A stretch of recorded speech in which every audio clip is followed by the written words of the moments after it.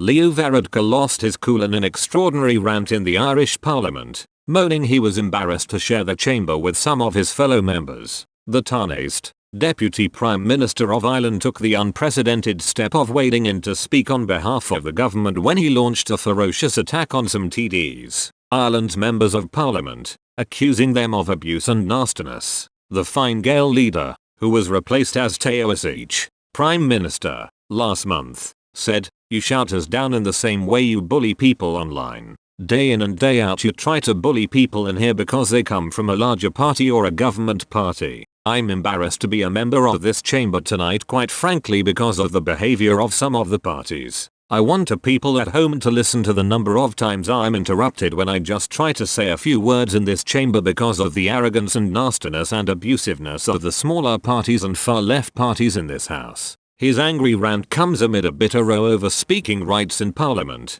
which was forced to adjourn after disorder broke out. The government has sparked outrage among smaller parties and independents after it changed speaking arrangements in the Dáil, Irish Parliament, to ensure TDs are given more time to speak. Leo Varadkar added, "They try to dominate this chamber, and anytime anyone from government stands up, anything any minister tries to speak, any backbencher tries to make a point, you shout us down in the same way you bully people online. Day in and day out you try to bully people in here because they come from a larger party or a government party." Parliament was forced to adjourn during its first session since the election on Wednesday night after a row erupted over speaking rights. It comes just a month after Mr. Varadkar handed the reins to political rival Michel Martin. Mr. Martin this month confirmed his entire cabinet, including Mr. Varadkar, would be taking a 10% pay cut. Mr. Martin's latest ruling cuts his salary from €207,590 to €186,831, and Mr. Varadkar's from €191,403 to €172,263.